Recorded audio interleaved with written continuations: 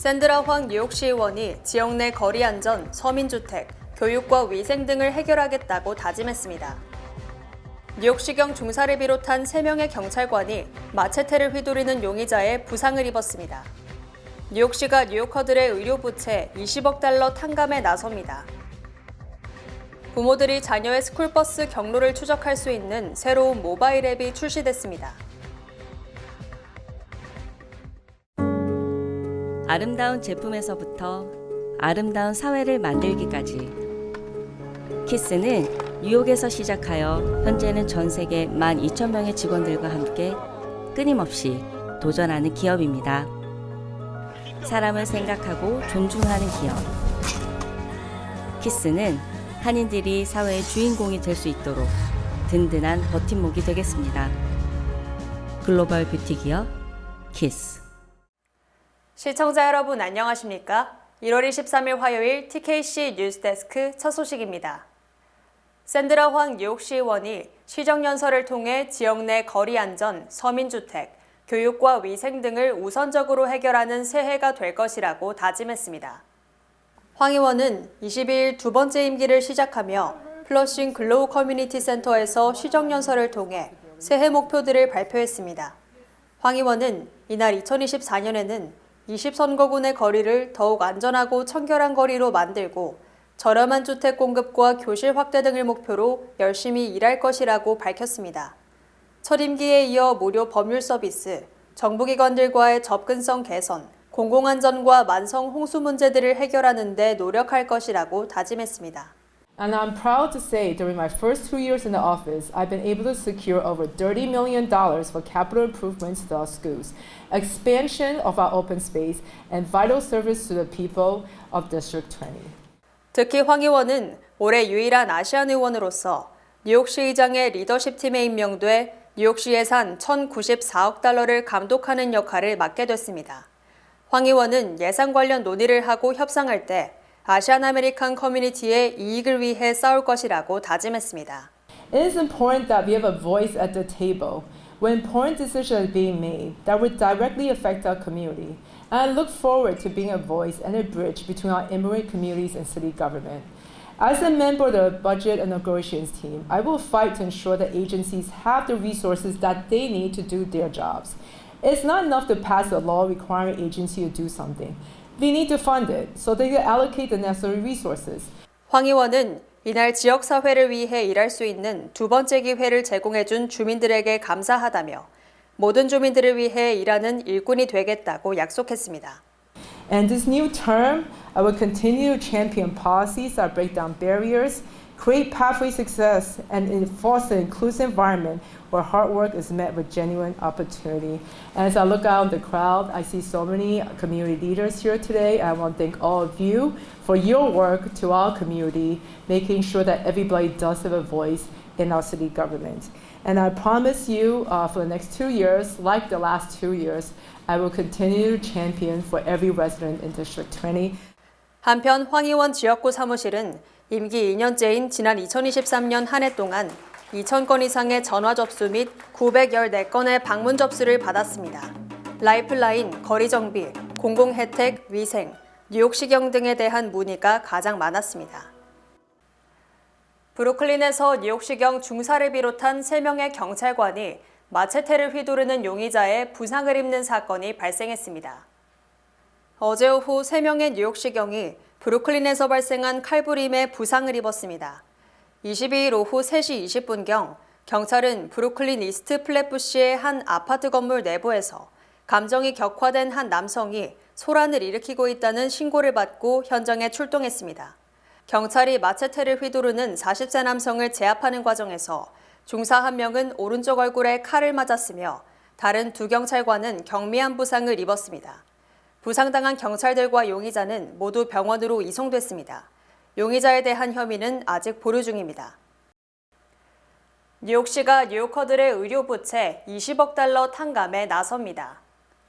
에릭 아담스 뉴욕시장은 향후 3년간 1,800만 달러를 투입, 의료 부채에 시달리는 저소득층 등의 빚을 합법적으로 탕감해주는 프로그램을 실시한다고 발표했습니다. 아담스 시장의 이 같은 정책은 저소득층 등 의료부채 탕감 대상에 해당되지만 변호사비 등이 없어 이를 탕감받지 못하는 사람들을 상대로 법률적인 서비스 등을 제공하는 것입니다. 아담스 시장은 뉴욕시 저소득층이 가족 중 누군가 한 명만 아프거나 부상당하면 의료비를 부담하지 못하고 당장 렌트비를 내야 하느냐 아니면 병원비를 내야 하느냐 하는 선택에 직면하는 것이 현실이라고 지적했습니다. 아담스 시장은 뉴욕시의 저소득 근로계층을 위해 합법적인 의료부채 탕감에 나서며 50만 명, 약 20억 달러의 빚을 탕감받게 될 것이라고 강조했습니다. 한편 현재 미국인 1억 명 이상이 의료부채에 시달리고 있으며 전체 부채는 무려 1,950억 달러에 달하는 것으로 추정되며 특히 흑인이나 히스패닉의 의료부채가 백인보다 훨씬 높은 것으로 알려졌습니다. 뉴욕시 공립학교가 부모들이 자녀의 스쿨버스 경로를 추적할 수 있는 새로운 모바일 앱의 출시를 발표했습니다. 뉴욕시 교육국은 어제 NYC 스쿨버스 앱의 출시를 발표했습니다. 이는 학교 교통 시스템을 현대화해 보호자와 학교에 더 큰 투명성을 제공하고 버스 노선 효율성을 개선하는 노력의 일환으로 해당 앱 서비스를 통해 부모들은 자녀의 스쿨버스 경로를 추적할 수 있게 됩니다. 앱 서비스의 이용을 위해 학부모는 자녀의 학교에 연락해 학생 식별번호를 받은 뒤 이를 토대로 뉴욕시 학교 계정을 통해 로그인할 수 있습니다. 앱은 앱스토어 또는 구글 플레이 스토어에 NYC 스쿨버스 앱을 검색해 설치할 수 있습니다. 해당 앱은 공립, 사립 및 차터스쿨 학생을 포함해 뉴욕시 교육부로부터 버스 교통편을 제공받는 학생의 가족은 누구나 사용이 가능합니다. 또한 앱을 통해 1명 이상의 학생을 추적할 수 있습니다. 한국계 캐나다인 셀린송 감독의 영화 패스트 라이브즈가 영화계 최고 권위의 아카데미상 작품상과 각본상 후보에 올랐습니다. 영화과학예술 아카데미는 23일 제96회 아카데미 시상식 최종 후보를 발표했습니다. 패스트 라이브즈는 작품과 각본 2개 부문 후보에 올랐습니다. 한국계 또는 한국인 감독 영화가 오스카 작품상 최종 후보에 오른 건 2020년 봉준호 감독의 기생충, 2021년 정이삭 감독의 미나리 이후 3번째입니다.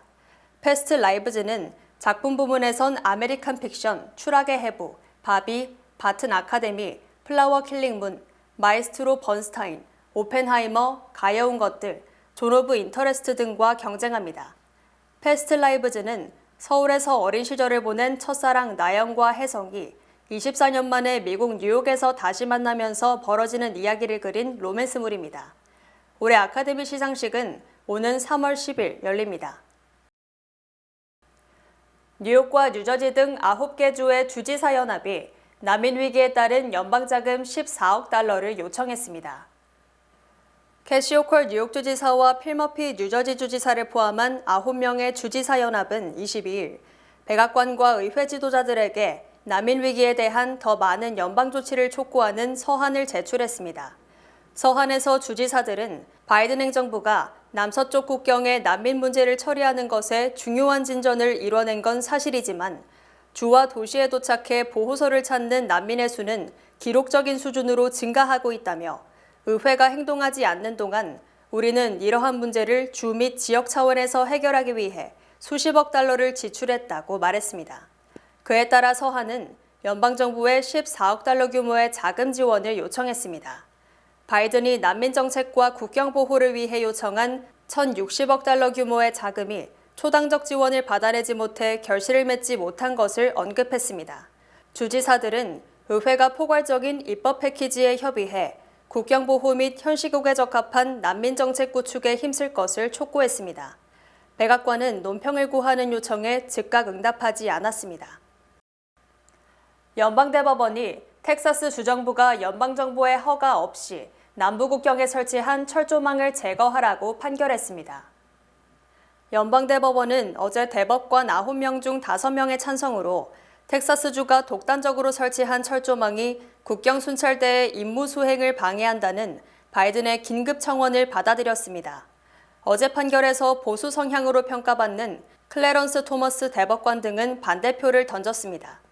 이에 대해 국토안보부는 이민법 시행은 연방정부의 책임이며 텍사스주는 불법 이민을 막는 데 도움을 주지 못하면서 순찰 인력이 이민법에 따라 일하는 것을 더 어렵게 만들었다며 대법원의 판결을 환영했습니다.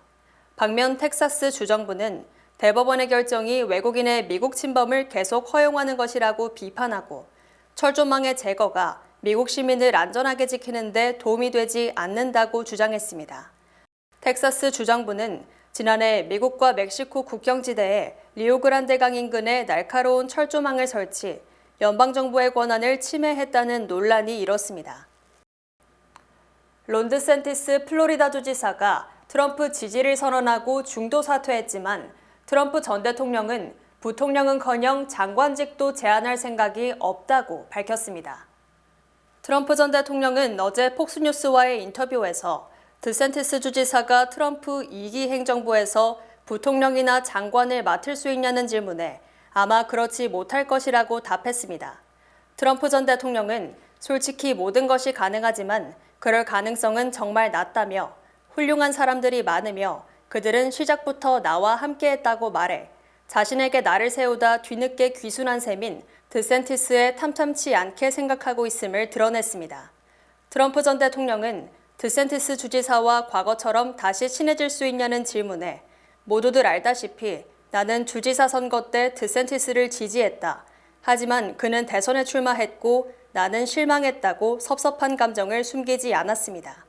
트럼프 전 대통령은 그동안 드샌티스 주지사가 자신의 도움을 모르는 배은망덕한 인물이라고 비판해왔으며 드샌티스가 비록 트럼프 지지를 선언하고 사퇴했지만 드샌티스 없이도 대선에서 승리할 가능성이 크기 때문에 그를 다시 품지는 않을 것으로 예상됩니다. 오는 11월 대선을 앞두고 중남미 불법 입국 문제가 유권자들의 가장 큰 관심사로 조사됐습니다. 하버드대 정치학센터와 여론조사기관 해리스가 지난 17일부터 이틀간 2,346명을 대상으로 미국이 직면한 과제를 조사한 결과 35%가 미입국 등 이민 문제를 가장 큰 골칫거리로 꼽았습니다. 이는 지난달 조사 때 28%, 6개월 전 같은 조사 때 24%보다 크게 늘어난 것입니다. 반면 그동안 가장 큰 관심사로 인식됐던 인플레이션은 32%로 2위에 그쳤고 경제 및 일자리는 25%, 마약 범죄와 헬스케어는 각각 16%로 뒤를 이었습니다. 하지만 개인적으로 가장 중요하다고 생각하는 문제는 인플레이션이 38%로 이민 문제 17%보다 2배나 많았습니다. 한편 지난 2023 회계연도 멕시코 국경에서 체포된 미입국자는 무려 240만 명으로 지난 2020년 45만 8천 명보다 5배 이상 급증, 미국이 감당할 수 없는 상황에 도달했습니다. 이에 따라 민주당 유권자의 50%도 바이든 행정부가 미입국자 단속을 강화해야 한다고 주장하는 등 난민 문제가 바이든의 발목을 잡을 것으로 예상됩니다. 캐시 호컬 뉴욕주지사의 업무 수행에 대한 긍정적인 평가가 약 1년 만에 처음으로 부정적 평가를 앞섰습니다. 시에나 칼리지 여론조사 결과 호컬 주지사의 업무 수행 긍정평가율은 52%로 지난해 11월 48%보다 4%포인트 올랐으며 뉴욕시 조사에서는 58%로 전체 평균보다 높았습니다. 특히 호컬 주지사에 대한 호감도는 45%로 지난해 11월 40%보다 5%포인트 올랐고 지난해 2월 46% 이후 최대를 기록했습니다. 반면 뉴욕주가 잘못된 방향으로 가고 있다는 답변이 55%로 1년여 만에 최고를 기록한 반면 올바른 방향으로 가고 있다는 답변은 34%로 지난해 10월과 함께 사상 최저를 기록했습니다. 또 바이든 대통령에 대한 호감도 조사에서는 비호감이라는 답변이 53%로 지난해 1월 이후 최대를 기록했고 트럼프 대통령에 대한 비호감은 57%로 지난해 11월 60%에서 되레 감소한 것으로 조사됐습니다. 이외에도 트럼프 전 대통령을 자산 부풀리기 혐의로 기소한 레티샤 제임스 뉴욕주 검찰총장에 대해서는 호감이라는 답변이 45%로 비호감 40%를 앞섰으며 뉴욕 출신 찰스 슈머 연방 상원의원 역시 호감도가 49%로 비호감 39%를 크게 앞질렀습니다. 또 공화당 경선이 오늘 실시된다면 트럼프를 찍겠다는 답변이 무려 74%로 지난해 5월 이후 사상 최고치를 기록한 반면 다른 후보에게 투표한다는 답변은 24%로 가장 낮았습니다. 바이든 대통령 업무 수행을 지지한다는 답변은 44%인 반면 지지하지 않는다는 답변은 56%, 모르겠다가 약 1%로 조사됐습니다. 주요 단신 전해드립니다.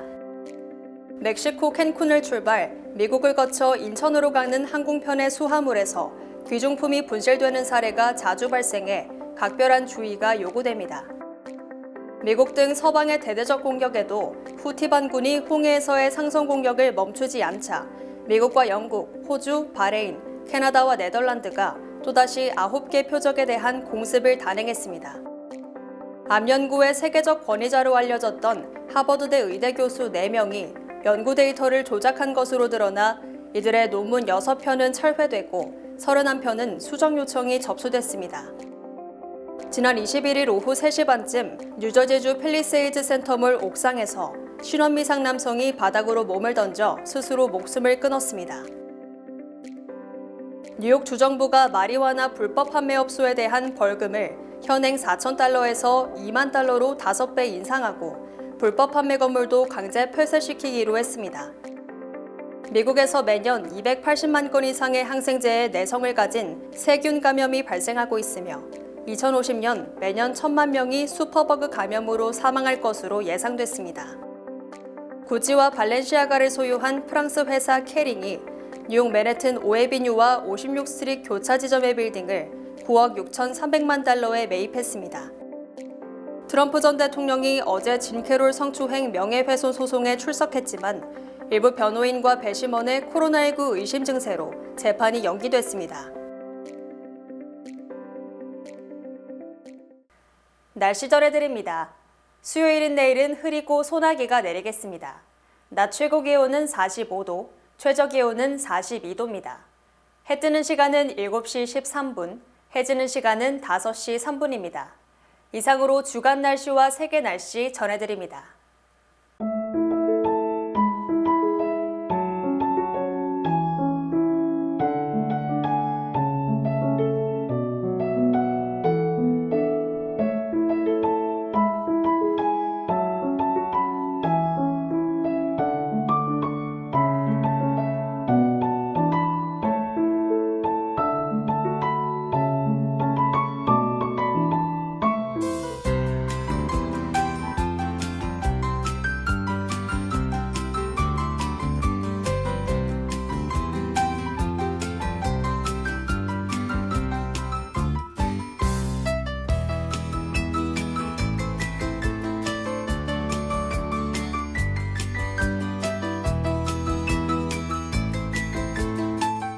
뿌리교육재단에서 올여름 한국을 방문할 제25차 모국 방문 연수생을 모집합니다.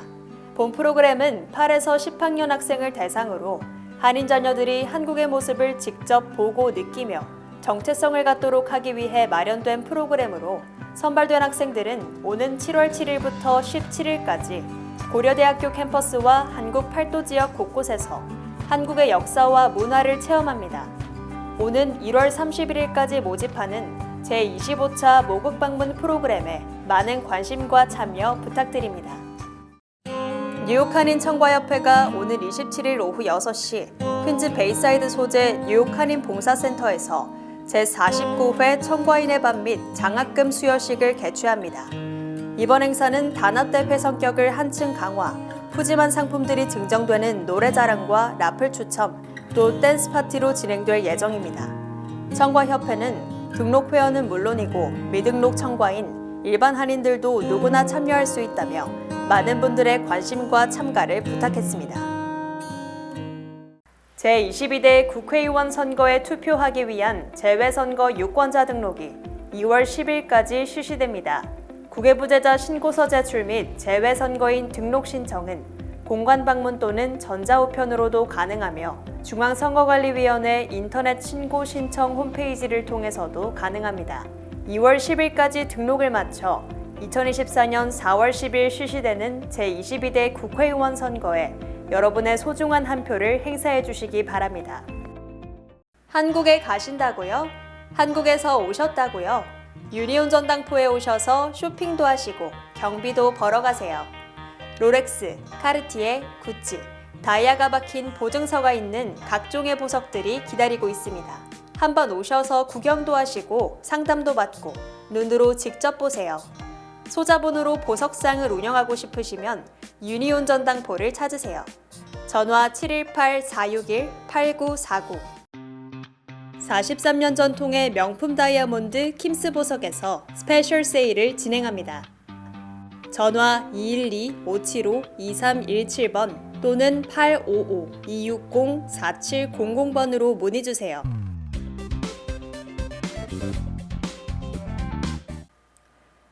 이상으로 1월 23일 화요일 TKC 뉴스데스크 여기서 마치겠습니다. 시청해주신 여러분 고맙습니다.